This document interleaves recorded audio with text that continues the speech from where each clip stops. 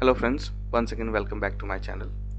चलिए देखते हैं कि ट्यूसडे में किस तरीके से मार्केट मोमेंटम कर सकता है और कौन सा इंपॉर्टेंट लेवल्स है जहां से रिवर्सल के चांसेस हैं। और मैंने आज से कुछ नया इंपॉर्टेंट सीरीज स्टार्ट किया। कुछ शेयर्स भी मैं आप लोगों को बताऊंगा कि कौन से इंपॉर्टेंट लेवल्स आप ध्यान रखेंगे और कौन सा टारगेट मिल सकता है आपको इंट्राडे में भी और पोजिशनल बेसिस पे भी। तो बस आपको उन लेवल्स को अपने चार्ट पे मार्क करना है और मार्क करने के बाद अगर प्राइस उसके ऊपर या नीचे जैसे भी मोमेंटम करता है उसके अकॉर्डिंग आप ट्रेड ले सकते हैं। तो एक बार ग्लोबल मार्केट की तरफ ध्यान दे देते हैं। तो कल के डेट में अगर देखा जाए तो डॉल और नास्डैक लगभग 1.5% के आसपास बढ़त दिखा करके क्लोज हुआ है और अभी डॉ फ्यूचर लगभग फ्लैट काम कर रहा है। और एसजीएक्स निफ्टी की बात करते हैं तो 18,625 के आसपास ट्रेड कर रहा है, मतलब ग्लोबल सिनारियो पॉजिटिव है। तो चलिए देखते हैं कि किस तरीके से करता है मोमेंटम। तो निफ्टी फ्यूचर में मैंने जो इंपॉर्टेंट लेवल्स फाइंड आउट किया है ये 18,542 से लेकर के 583 तक का है, यानी कि 583 के ऊपर अगर सस्टेन रहेगा मार्केट तो जो टारगेट मिलने के चांसेस हैं वो अपसाइड में वो 18,674 के हैं, फिर 760, उसके बाद 844, फिर 897 के हैं। तो ये ज़रूरी नहीं है कि ये सारे टारगेट्स आपको आज के आज ही मिल जाएं। मार्केट के पास टाइम रहता है, ये स्लो मोमेंटम कर सकता है, किसी टारगेट को हिट करके ये वापस उसी के ऊपर नीचे या फिर वापस रिवर्सल आ सकता है। तो मार्केट का जो तरीका है चलने का वो अपने अकॉर्डिंग चलेगा। और जो मैंने एनालिसिस करके ये लेवल्स निकाला है ये हो सकता है कि आज के आज आपको मिल जाए, हो सकता है कि 2 दिन लगाए, हो सकता है 3 दिन लगाए। तो आपको अपने बस पोजीशन साइज पे देखना है कि जब भी टारगेट मिलता जाए आप एग्जिट करना स्टार्ट कर सकते हैं। वही अगर डाउन साइड की बात करें तो 18,540 के नीचे आप शॉर्ट कर सकते हैं, यानी कि अगर इन दोनों के बीच का मैं डिफरेंस देखूं तो तकरीबन 40 पॉइंट का, यानी कि 40 पॉइंट का आप अगर रिस्क लेते हैं तो अप साइड अगर क्रॉस होने के बाद अगर सस्टेन करता है मार्केट तो आप लॉन्ग कर सकते हैं 40 पॉइंट का रिस्क लेकर के। वही अगर इसके नीचे शॉर्ट करना है तो 40 पॉइंट का आप रिस्क लेकर के शॉर्ट कीजिए, जो कि डाउन साइड में जो आपको टारगेट मिलेगा 442, फिर 400 के 400 का 18,400 का लेवल मिलेगा, फिर 18,311, 18,255 तक के आपको टारगेट मिल सकते हैं। वही बैंक निफ्टी की बात करें तो बैंक निफ्टी में भी जो इंपॉर्टेंट लेवल्स है मैं 5 मिनट के चार्ट पे आपको लगा दूं ताकि ज़्यादा अच्छे से दिखेगा।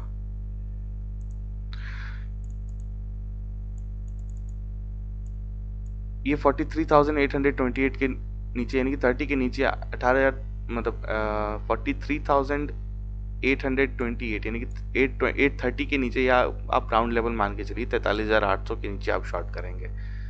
तो 43,800 के नीचे आप शॉर्ट करते हैं तो पहला टारगेट 650, उसके बाद 480, फिर 321 तक के टारगेट आपको मिल सकते हैं। अगर 321 अगर भी ये वाला लेवल अगर टूटता है तो फिर फर्दर डाउन साइड, क्योंकि 43,000 एक राउंड लेवल आता है, उससे पहले मतलब जो भी गिरावट आएगा उसमें ब्रेक लग जाना चाहिए, क्योंकि 43,500 वो ब्रेक होना भी इम्पोर्टेंट है। अगर वो ब्रेक होगा तभी आपको फर्दर नीचे के 43,150 तक के लेवल्स आपको दिखेंगे। मार्केट में ये भी हो सकता है कि गैप अप खुले, गैप अप खुलने का मतलब हो गया कि ये या तो 43,935 के ऊपर खुलेगा तो 44,000 का एक रेजिस्टेंस उसके सामने है।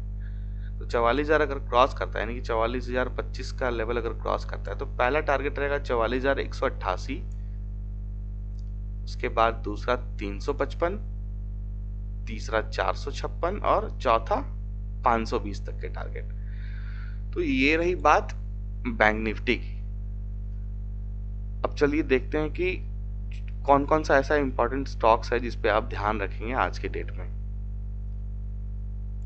सबसे पहला स्टॉक है जो मार्केट का दिग्गज है, एचडीएफसी बैंक, जो कि बैंक निफ्टी को ऊपर नीचे कुछ भी करने की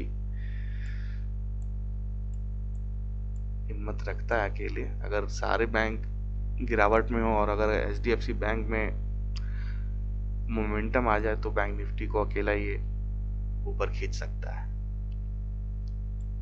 जैसे निफ्टी में रिलायंस है मार्केट का दिग्गज, वैसे बैंक निफ्टी में एचडीएफसी बैंक है। तो एचडीएफसी बैंक को आप लोग 1652 के ऊपर आप लॉन्ग कर सकते हैं और आपके लिए जो रिस्क रहेगा वो 1645 रुपये 50 पैसे के नीचे की क्लोजिंग का रहेगा। क्लोजिंग बेसिस का। और 1652 के ऊपर अगर सस्टेन करके लॉन्ग कर गया तो पहला टारगेट 61, 75, 88, 96 और अल्टीमेट टारगेट 1702 रुपए का। वही अगर 1645 अगर नीचे डाउन साइड में ट्रेड मतलब क्रॉस करके ट्रेड करना स्टार्ट कर देता है अगर 5 मिनट 15 मिनट भी, तो आप शॉर्ट साइड का पोजीशन ले सकते हैं, जो कि रिस्क आपके लिए फिक्स रहेगा। 7 से 8 रुपए का रिस्क ले सकते हैं शॉर्ट साइड में भी। और टारगेट आपके लिए डाउन साइड रहेगा 1632, 1618, 1605, 1596 और 1591 तक के अल्टीमेट टारगेट रहेंगे। नेक्स्ट है टाटा मोटर्स। टाटा मोटर्स की अगर बात करें तो 414 रुपये 50 पैसा के नीचे आप शॉर्ट करेंगे। पहला टारगेट 411 रुपये 70 पैसा, 408 रुपये 55 पैसा, फिर 405, 403 और 402 रुपये तक के लिए टारगेट के लिए आपको वेट करना है। और वही लॉन्ग साइड की अगर बात करें यानी कि बाइंग करने के लिए, तो 415 रुपये 80 पैसा नहीं 416 रुपये के ऊपर अगर मार्केट सस्टेन होता है तो आप लॉन्ग कर सकते हैं 418, 22, 25 और 27 और 28, 50 के टारगेट के लिए।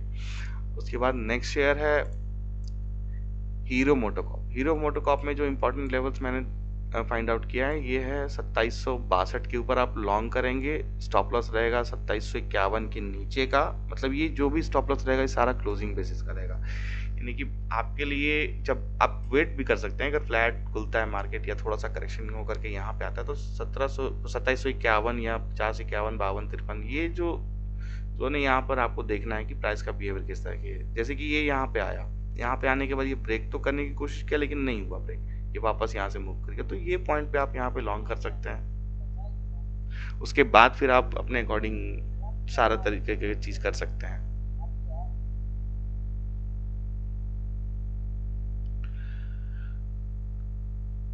हीरो मोटोकॉर्प में जब 2761 के ऊपर लॉन्ग जाएगा तो पहला टारगेट आएगा 2790 का, 2815। उसके बाद जो अपसाइड के टारगेट है 2840, 2855 और 2865 तक के। 2751 के नीचे आप जब शॉर्ट करेंगे तो इसके लिए पहला टारगेट रहेगा 2734, 2709 रुपए, 2684, 2668 और 2660 रुपए तक के।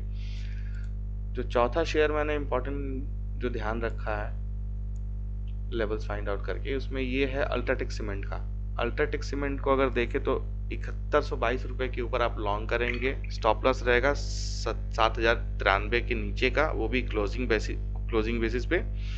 और 7090 के नीचे आप शॉर्ट मतलब 94 के नीचे 93 के नीचे आप शॉर्ट कर सकते हैं।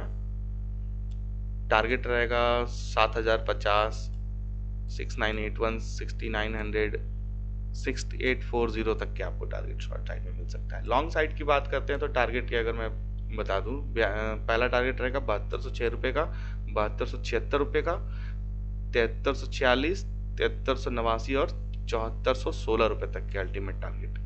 तो कहने का मतलब हो गया कि अगर इन दोनों के बीच का मैं डिफरेंस देखूं तो तकरीबन 30 रुपए के आसपास आ रहा है। अब 7000 के शेयर में अगर 30 रुपए का रिस्क अगर आप लेकर के ट्रेड कर रहे हैं तो यहाँ पे आप रिस्क टू रिवॉर्ड भी देख सकते हैं, लगभग 5 गुना से 6 गुना आपको मिल सकता है। मतलब 30 रुपए का रिस्क लेकर के मैं 1:6, 1:4, 1:5 ये रिस्क और रिवॉर्ड अगर मैच कर रहा है तो फिर गो फॉर इट, कोई बात नहीं, अच्छे से आप ट्रेड कर सकते हैं।